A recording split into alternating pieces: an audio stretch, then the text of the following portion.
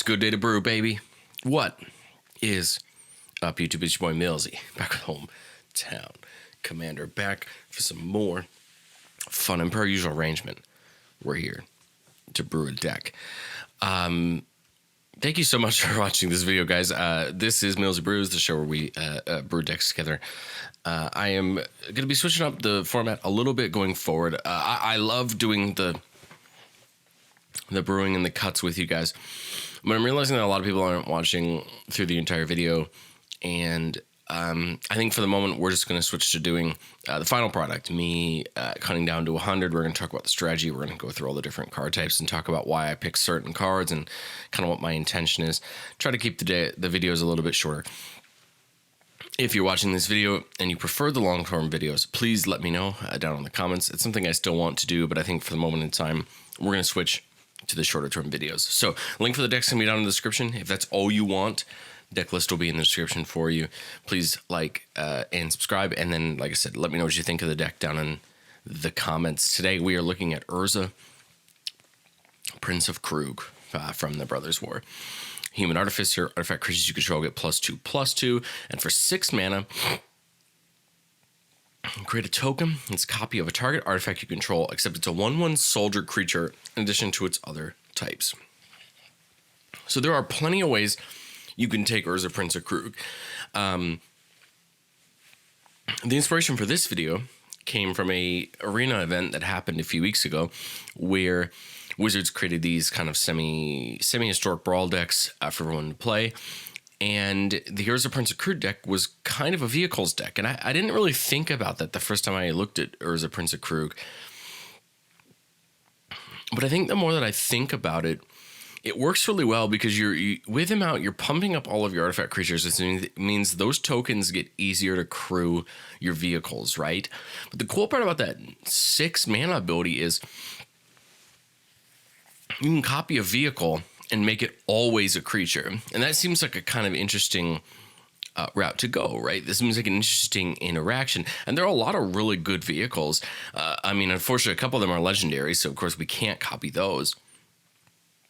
But I think for the rest of them, it's worth copying them, and sometimes that 4 mana is worth paying for them. So, like I like to do in all of my videos, instead of starting up top here, we're going to start down the bottom with the lands.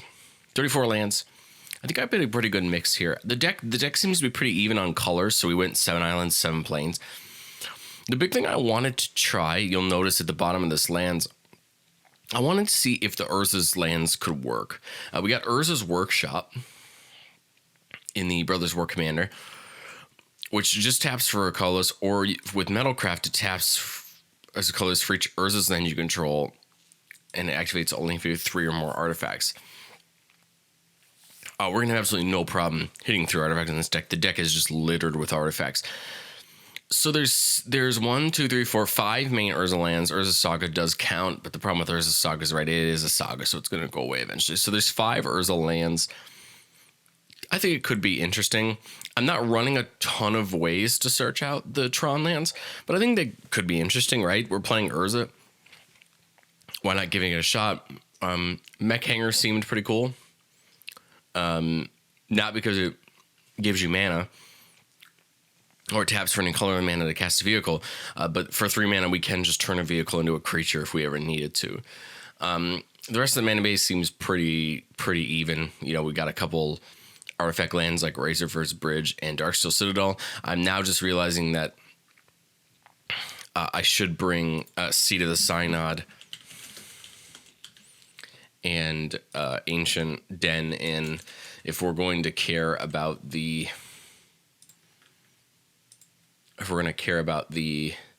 artifact something. We should actually throw those in there because they're going to help out with artifact counts. So that's the one change I'd make. So I think that's pretty solid. We're playing Otawara, can be a land, but can also be a bounce spell. Playing Hall of the Storm Giants is a land, but can also be a creature if you ever need to animate it.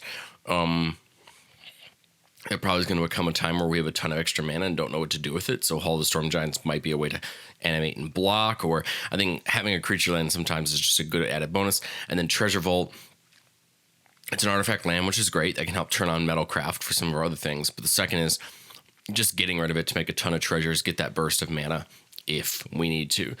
Enchantments, not a ton of them, because I think the deck really cares about artifacts, and so a lot of our numbers here are pushed towards having the artifacts. But I think I tried to pick the enchantments I thought best suited our deck for different roles. Anointed Procession, this is going to double any tokens that we make. A lot of our vehicles, the good ones, make tokens when they attack, so we want to double those.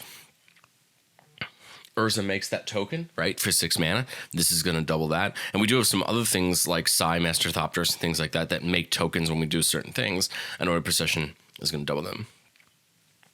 Artificer class, going to cheapen the first artifact we cast per turn, but I really like level 2 and 3. So level 2, we reveal cards from the top 2, we hit an artifact, it goes into our hand, and then level 3 at the beginning of our end step, create a token that's a copy of target artifact you control. That's never going to be bad. Just creating more and more, artifacts, and especially the right artifacts. For 2 mana, I feel like this is a good play, and it gets better the more we pump into it. Michiko's may look a little odd here, because Michiko's is an enchantment that flips into an enchantment, but it gives a creature +1/+1 until end of turn for each artifact and or enchantment you control, which means the more artifacts we have, the better Michiko's gets. This is here because some of our vehicles fly. Now, sagas go off at the start of main 1, so we could technically crew a vehicle if that's the route we wanted to go during our upkeep, and then have Michiko's target that.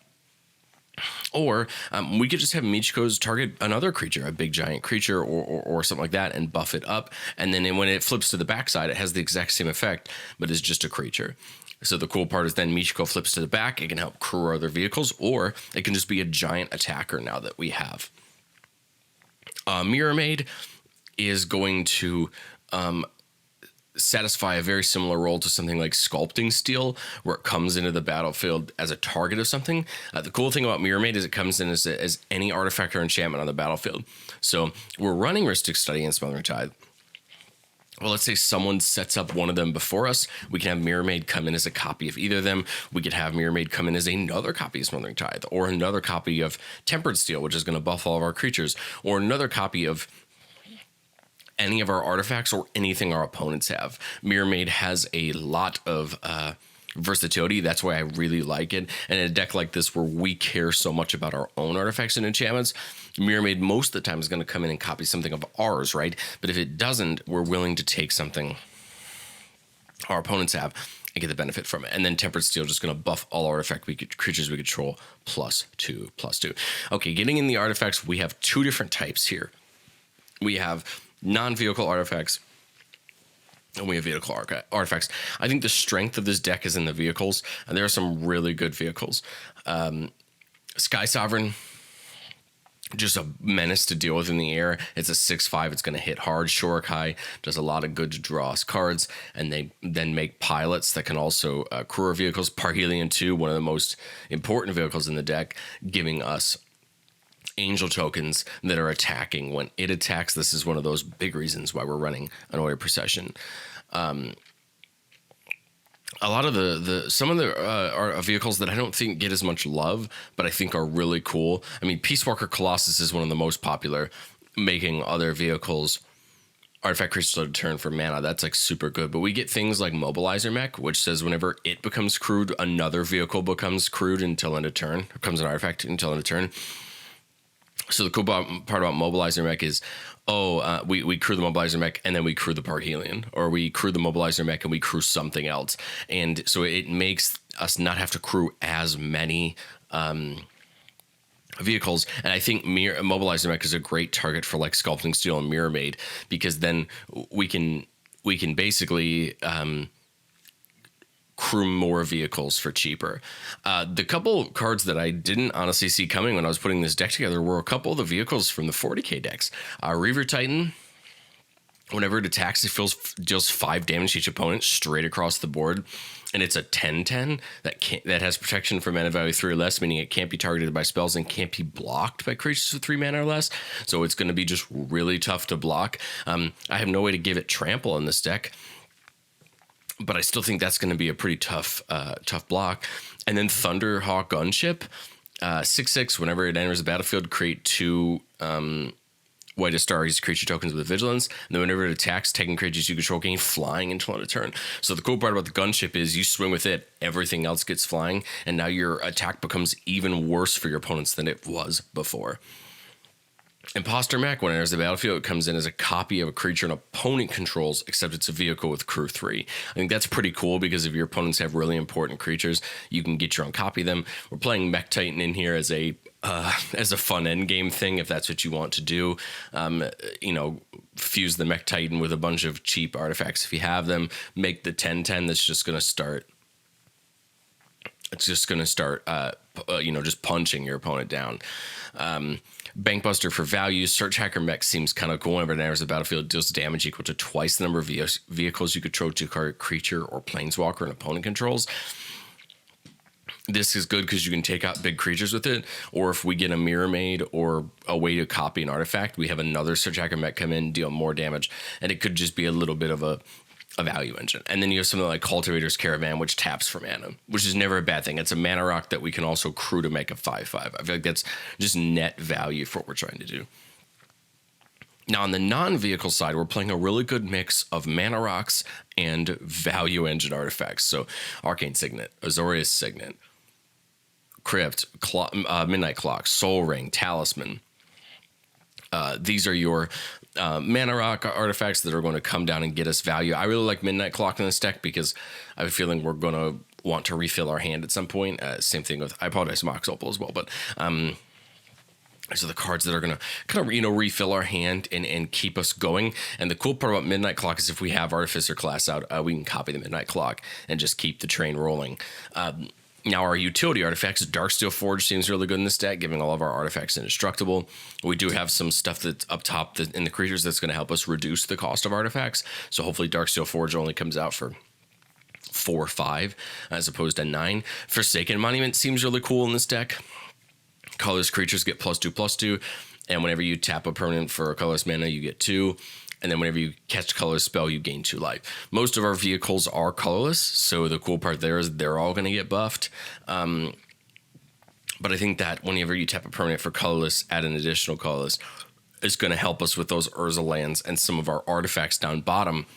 We can tap them for a colorless and get an extra one out of it, instead of tapping for the color if we're trying to cast our vehicles. That's pretty cool too. Lithform Engine just seems really good. We can copy the vehicles if we want. We can copy instants sorceries, which we're not playing that many. We can copy triggered abilities, which is pretty cool. So if you had enough mana, you could activate Urza's ability and then copy it with Lithform Engine, which seems pretty cool. Nettle Cyst is a card like Michiko's, where it's going to come down and make a Germ creature token, which gets +1/+1 for each artifact or enchantment you control. But if that Germ dies, or you want to put Nettle Cyst on something else, then you're giving something else +1/+1 for each artifact and enchantment you control. And what's going to happen there is you're just going to make a creature really big, and it's going to become even tougher to deal with. Portal Phyrexia seems really fun in this deck.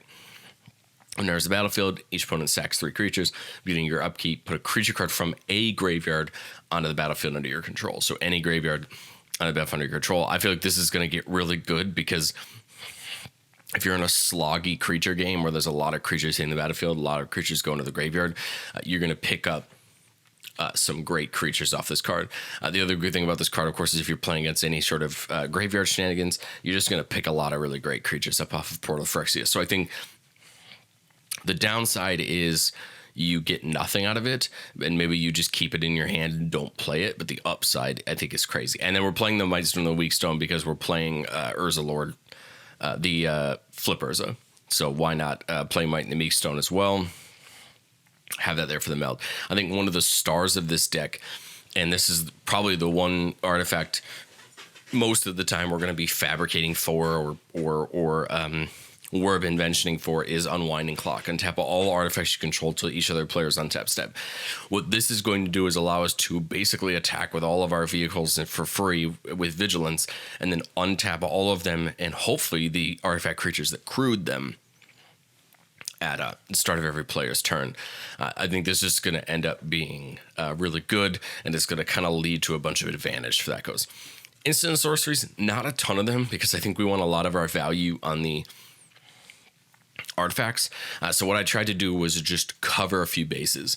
Supreme Verdict, some mass removal, Path to Exile Swords, some individual removal, Psych Rift there from some mass removal kind of. E-Tutor, Word of Invention, Fabricate there for the search for getting artifacts. Fabricate will go get any artifact, put it in our hand. Word of Invention we can improvise for, which is cool, tapping artifacts to help. Going to put it right on the battlefield. E-Tutor can go get any artifact or enchantment and put that card on top, so we can draw it the next turn. And then Armed and Armored can make all of our vehicles creatures for a turn, and that's just going to be pretty good most of the time once we start building our board up. Creatures, pretty cool mix of creatures here. I tried my best to mix artifact creatures that are going to help us crew and kind of build up our board with creatures that are just going to generate good value. So the artifact creatures that are going to buff up our board, Chief of the Foundry comes in. It gives all of our artifact creatures +1/+1. Crypto Thrall gives all of our artifact creatures hexproof. I feel like that's going to be pretty beneficial for a lot of things. And then it can just help tap to crew, our creatures.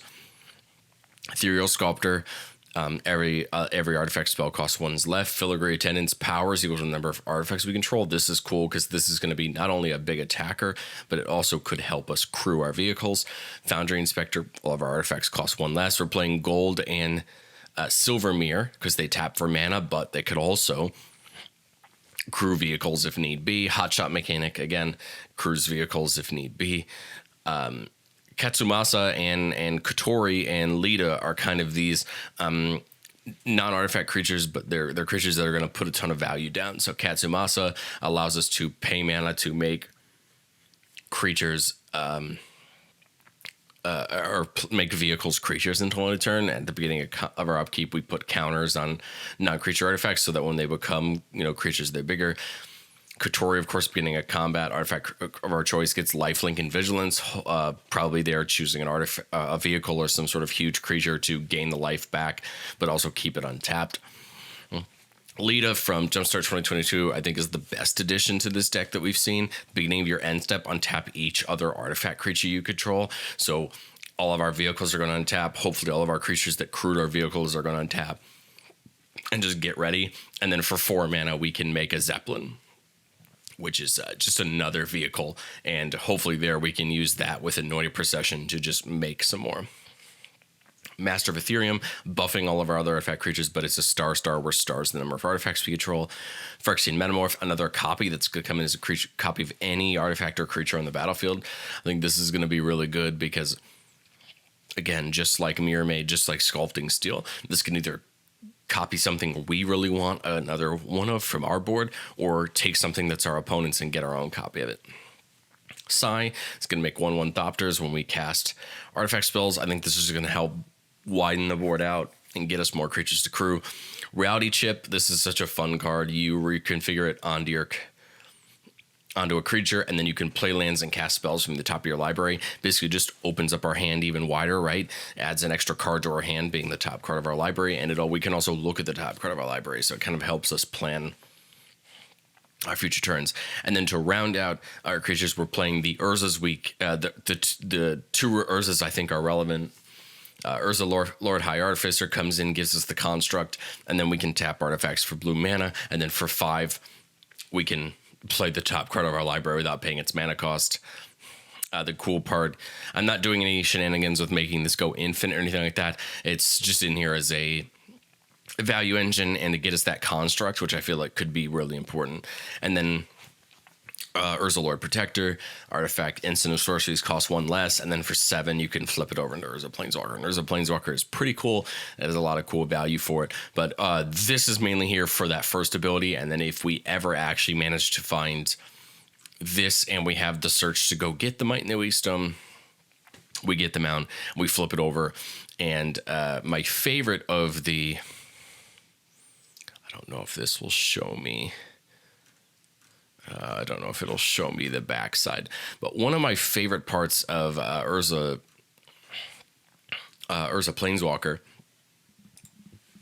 is when you flip it over when you flip it over, this top ability, artifact instant sorcery spells you cast this turn cost 2 less to cast, you gain 2 life.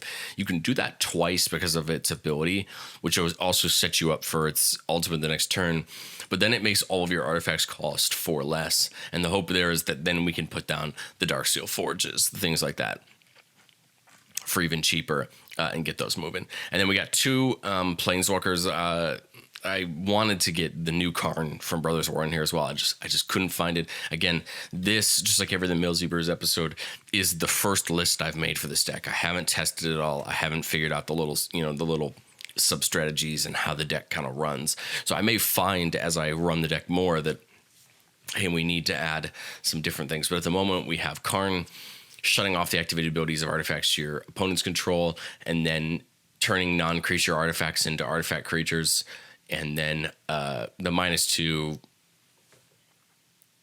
is kind of bad in a lot of cases because we don't have a sideboard, so we can't go get it. The only good part, though, is that we can get something out of exile. If one of our vehicles gets pathed, exiled, or swords, we can actually get it back, which is kind of cool. But I think most of the time it'll be turning artifacts into artifact creatures and using the fun there. There's nothing like turning a Darksteel Forge into a 9/9 with Karn if you need to, or getting good value out of that. And then Tezzeret Betrayer Fresh, first activated ability of an artifact you can activate, costs 2 less to activate. We can draw 2 cards and then discard 2 cards unless you discard an artifact card. -2 just makes an artifact into a creature. If it isn't a vehicle, it has a 4/4, but most of the time we're going to be using that on vehicles. And then the -6, whenever an artifact you control becomes tapped, draw a card. That's pretty cool because we can also use that to, when we crew vehicles, if we're crewing them with artifact creatures, then we're going to draw. But I think Tezzeret most of the time is going to be used for that either -2 or the static ability to kind of turn on our things there. So guys, that is Urza, Prince of Kroog. I'm pretty excited for the list. I think this vehicles idea is kind of interesting. You can take a look on the channel. A few weeks back, I did the Urza, the Esper Urza from the pre-com.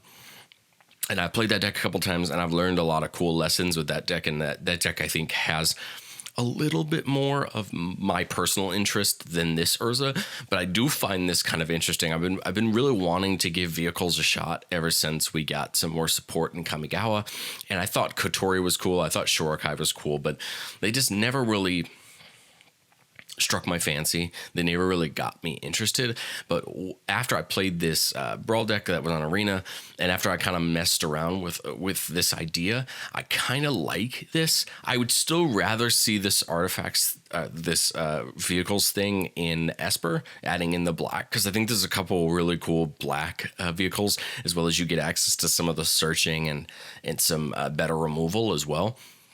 But I think this is was kind of a cool idea. I thought this was an interesting deck, and I wanted to see mainly what you guys thought of it. Do you guys like this as a vehicle commander? Or do you prefer Kotori and Shorokai? Is that something you'd prefer more? Let me know down in the comments. Which do you think? Am I right that you should go into Esper using something like a Layla or the new Urza from the precons? Or plenty of other things. My thought there is you have access to Greasefang. If that's the way you want to go, you have access to just some other stuff in black that I think adds some value. But again, that's something I might mess around with in the future. But thank you guys so much for watching, and I will catch you next time.